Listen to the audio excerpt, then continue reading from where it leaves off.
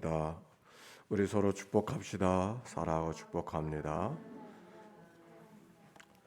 이번 주일날 지방회가 있는데 지방회 대표들께서는 내일 오후 2시, 토요일날 오후 2시 모임이 있으니까 꼭 기억하시고 모여주시기 바랍니다. 교회에서 모입니다. 김경구 자님도 같이 오셔요. 네. 자, 오늘의 말씀 요한복음 9장 1절의 말씀 같이 한번 읽어봅시다. 시작. 예수께서 길을 가실 때 날 때부터 맹인된 사람을 보신지라. 예수님이 길을 가시는데 누구를 봤다 그랬어요? 맹인된 사람. 그 맹인된 사람인데 그냥 맹인된 사람이 아니라 그냥 어떤 맹인된 사람? 날 때부터 맹인된 사람. 날 때부터 맹인된 사람. 후천적으로 맹인이 되는 사람이 있고 선천적으로 맹인이 되는 사람은 다를 거라고 생각해요. 후천적으로 맹인이 된 사람은 내가 건강을 관리를 잘 못해서 그렇게 됐나 보다 이렇게 생각할 수도 있는데 아예 태어날 때부터 맹인이요. 어떤 생각을 갖겠어요? 나는 왜 이렇게 저주받은 인생을 사는가? 뭐 이런 생각부터 보통 사람은 상상할 수도 없는 그런 일들. 자기 몸의 불편함으로 느끼기보다는 그 생명을 주신 하나님에 대한 원망, 그 하나님에 대한 그 안타까운 마음이 날 때부터 속용된 사람이 있지 않을까요? 2절 말씀입니다. 시작. 제자들이 물어 이르되 라삐여, 이 사람이 맹인이 된 것이 누구의 죄이남이니까? 자기니까? 그의 부모. 고대인들은 인간의 불행을 죄의 결과로 생각을 했어요. 분명히 이유가 있는데 이유가 뭘까? 이 사람이 죄를 범하였기 때문일까? 아니면 그 부모가 죄를 범하였기 때문일까?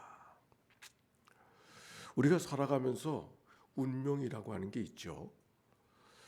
피할 수 없는 운명이 있어요. 우리 그리스도인들이 쓰지 말아야 될 말이 있는데 그 말이 뭐냐면 재수 없다. 그 말은 믿는 사람이 쓰는 말이 아니에요. 왜? 우리의 삶은 운명대로 재수 따라 살아가는 삶이 아니기 때문에. 근데 우리의 살아가는 생활 속에 이렇게 피할 수 없는 운명 같은 일이 있는 거예요. 예를 들면 내가 이 땅에 남자로 태어났다? 이건 뭐 피할 수 없는, 받아들일 수밖에 없는 일인 것이죠. 사람이 살아가면서 바꿀 수 없는 것들이 있어요. 인지심리학으로 말하면은, 심리학자들을 말하면 이 머리의 IQ도 노력해서 바꿔지는 게 아니랍니다. 부모를 통해서, 특별히 남자의 IQ는 엄마의 IQ와 똑같대요. 딸은 아버지를 닮을 수도 있고 엄마를 닮을 수도 있지만 아들의 IQ는 엄마와 IQ가 똑같이 간답니다. 이게 일반적인 과학적인 하나의 데이터고 나와 있는, 바꿀 수 있는 일이 아닌 거예요. 그러나 우리의 살아가는 삶은 그 바꿀 수 없다고 하는 운명 때문에 인생이 다 결정되는 건 아니지요. 그렇기 때문에 성경은 이렇게 말합니다. 3절입니다. 시작.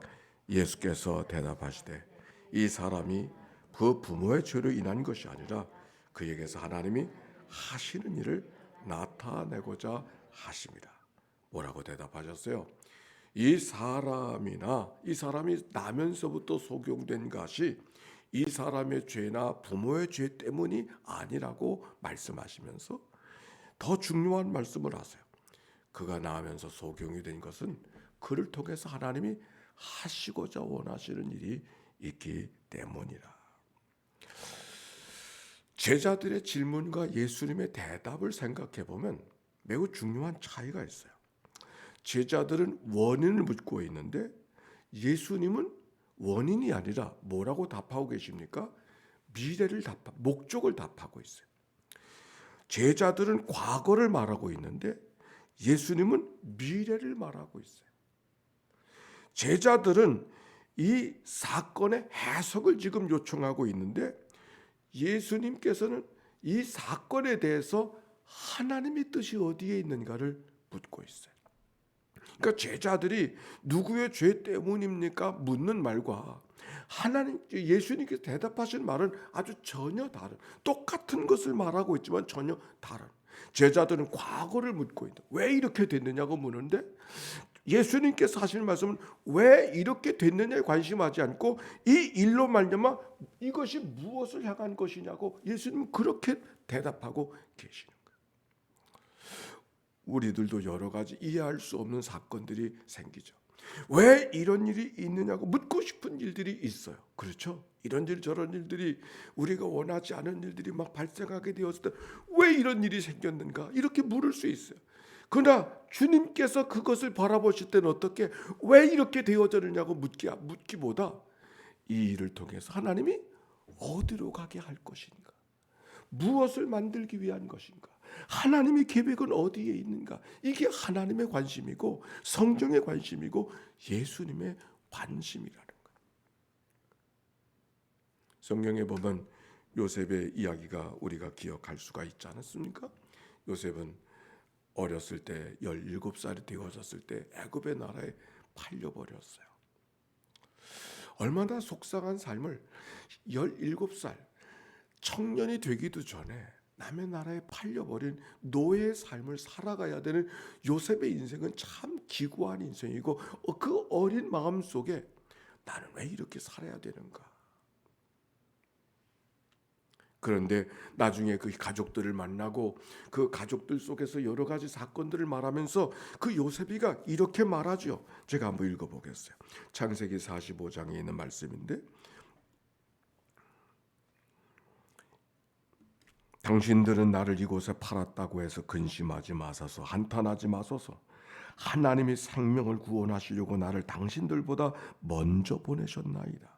이 땅에 2년 동안 흉년이 들었으나 아직 5년은 가리도 못하고 추수도 못할지라. 하나님이 큰 구원으로 당신의 생명들을 보존하고 당신들의 후손을 세상에 두시려고 나를 당신들보다 먼저 보내셨나니 그런즉 나를 이리로 보낸 이는 당신들이 아니요 하나님이시라. 큰 구원으로 하나님께서 비록 그 삶이 내게는 힘들고 어려운 삶을 살았지만 그러나 이 모든 것들은 하나님께서 당신과 나의 생명을 영원히 보존하시려고 하나님의 큰 구원으로 인도해 주시는 하나님의 역사의 일 때문에 나를 이곳에 보내주셨으니 당신들이 당신의 손들로 나를 이곳에 보내주신 것이 아니라 하나님이 당신들의 손을 이용하신 것이라.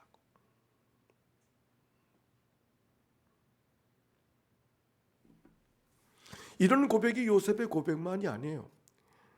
사도 바울도 그런 고백을 하고 있지 않습니까? 그가 연약한 문 속에 있어서 하나님 앞에 늘 육체의 가시를 위해서 기도하고 있었지만 그가 기도할 때 하나님 앞에 뭐라고 하나님의 말씀하시는가? 하나님이 나를 교만하지 않게 하시려고 이 육신의 연약함, 육신의 가시를 허락하셨다고. 그렇게 고백할 수 있었기에 그가 뭐라고 말합니까? 내 은혜가 내게 족하도다. 오늘 여기 성경의 말씀, 그가 나면서 속용된 사람을 주님께서 이야기하시면서 그 하나님을 하시고자 원하시는 일을 나타내고자 함이라고 말씀하시고서 그에게 실로암 목가에 가서 진흙을 이겨서 침을 뱉다 진흙을 있어 내 눈을 발라 그를 고쳐주는 이야기가 오늘 성경 속에 기록이 되어져 있잖아요. 그러면서 하시는 말씀이 따라서 합시다. 나는 세상의 빛이라. 예수님이 이 땅에 오신 세상의 빛인 것을 드러내기 위해서 남에서부터 속용된 사람에게 고쳐주신 빛을 보게 하시는 사건을 통해서 예수님이 누구인가를 드러내게 하시는 사건, 그것이 바로 오늘 요한복음 9장의 말씀. 결국 나면서 속용된 사람이 예수를 믿게 하시고 나면서 속용된 사람이 예수를 믿게 함으로 말미암아 그 당시 많은 사람들이 예수를 믿게 해주시는 그런 역사. 오늘 여기 성경에도 그런 말씀이 기록되어져 있잖아요. 9장과 10장에 있는 말씀, 10장 마지막에 보니까 그리하여 거기서 많은 사람이 예수를 믿으니라.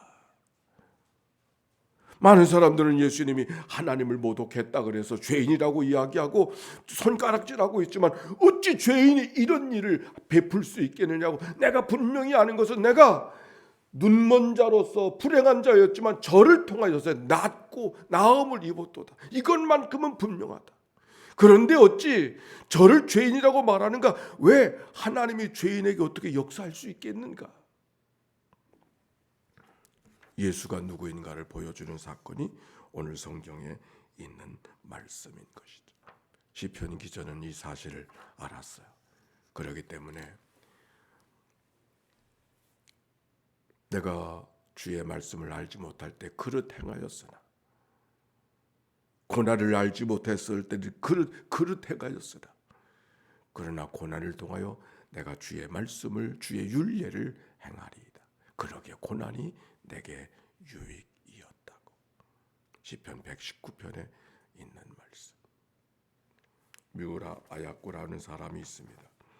미우라 아야코를 만나는 여행이라고 하는, 그가 세상을 떠난 다음에 후에 나온 책이 있는데, 빙점이라고 하는 책에 출판되어진 40주년이 기념이 되어져서 나온 책입니다.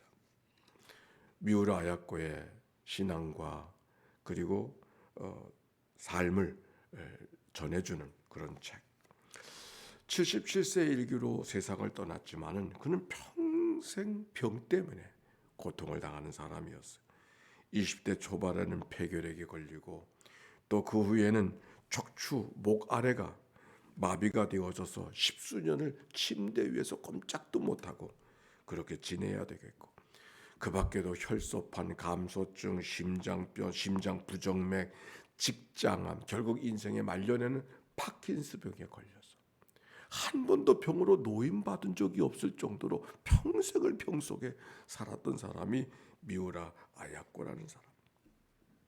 그러나 그는 평생 병 때문에 살았지만은, 그러나 그가 병 때문에 고통하는 모습으로 그에게 그의 삶이 기억되기보다는, 그러나 늘 병 속에 살아도 오히려 하나님께서 주신 은혜를 기억하고 소망 중에 살았던 그의 삶의 모습으로 우리에게 기억되고 있습니다. 미우라 아야코를 만나는 여행이라는 책의 표지 속에 이런 글이 있습니다. 우리가 살아간다는 것, 생명 자체를 기뻐하는 것이라고. 살아간다고 하는 것은 생명 자체를 기뻐하는 것이다. 살아있으니까 살아가는 것이 아니라 주신 생명을 기뻐하며 사는 것이 진정 살아가는 것이다. 그가 그렇게 이야기했습니다. 우리의 살아가는 인생의 여정 속에 고통스럽게 하고 힘들게 하고, 육신적으로 고통스럽게 하고, 경제적으로 고통 속에 있게 하고, 또 관계가 힘들어지고 그럴 때가 있죠. 그러나 그 속에서 우리는 제자들처럼이 아니라 예수님처럼 왜 이런 일이 생겼느냐고 묻기보다 하나님은 이 일을 통해서 어떤 일을 만들어갈 것인가를 기대하며 걸어가는. 왜? 하나님이 좋으신 분이니까. 삶의 용기를 갖는다고 하는 것은, 주먹을 휘두른다고, 목소리를 높인다고 용기가 있는 게 아니에요. 주어진 현실을 믿음으로 받아들이고 오히려 그 사실을 갖고 하나님이 어떻게 이끌어갈 것인가를 기대하는 용기. 세월이 변하여 겉사람이 후패해지는 것은 아무도 피할 수가 없어요. 왜 이렇게 세월이 가면서 내 몸이 약해지는가? 이렇게 한탄한들 누가 해결해 주겠어? 오히려 세월이 가면서 내 삶이 후패해지는 거 믿음으로 받아들이고 용기 있게 이 삶 속에 하나님이 나를 어떻게 이끌어갈 것인가 기대하며 기도하는 자의 삶, 그게 용기인 것이죠. 하루가 시작되어졌습니다. 어떤 하루를 기대합니까? 나는 왜 이럴까? 이런 하루가 아니라 하나님이 오늘 또 어떤 일을 내게 허락하시려고 준비하고 계실까? 하나님이여, 오늘을 통해서 어떤 일들을 내게 빚어주실까? 기대하고 기도하는 이 아침이 되어지기를 바랍니다. 그래서 오늘 주신 하나님, 그 하나님을 찬양하며 살아가는 믿음의 하루 오늘이 되시기를 주의 이름으로 축복합니다. 예수의 기도입니다. 하나님의 아들 우리 주 예수 그리스도여, 이 죄인을 불쌍히 여기소서. 하나님의 아들 우리 주 예수 그리스도여, 이 죄인을 불쌍히 여기소서. 하나님의 아들 우리 주 예수 그리스도여, 이 죄인을 불쌍히 여기소서.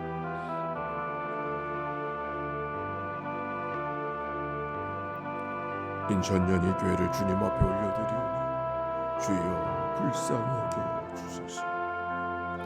하나님의 아들 우리 주 예수 그리스도여, 이 죄인을 불쌍히 여기소서.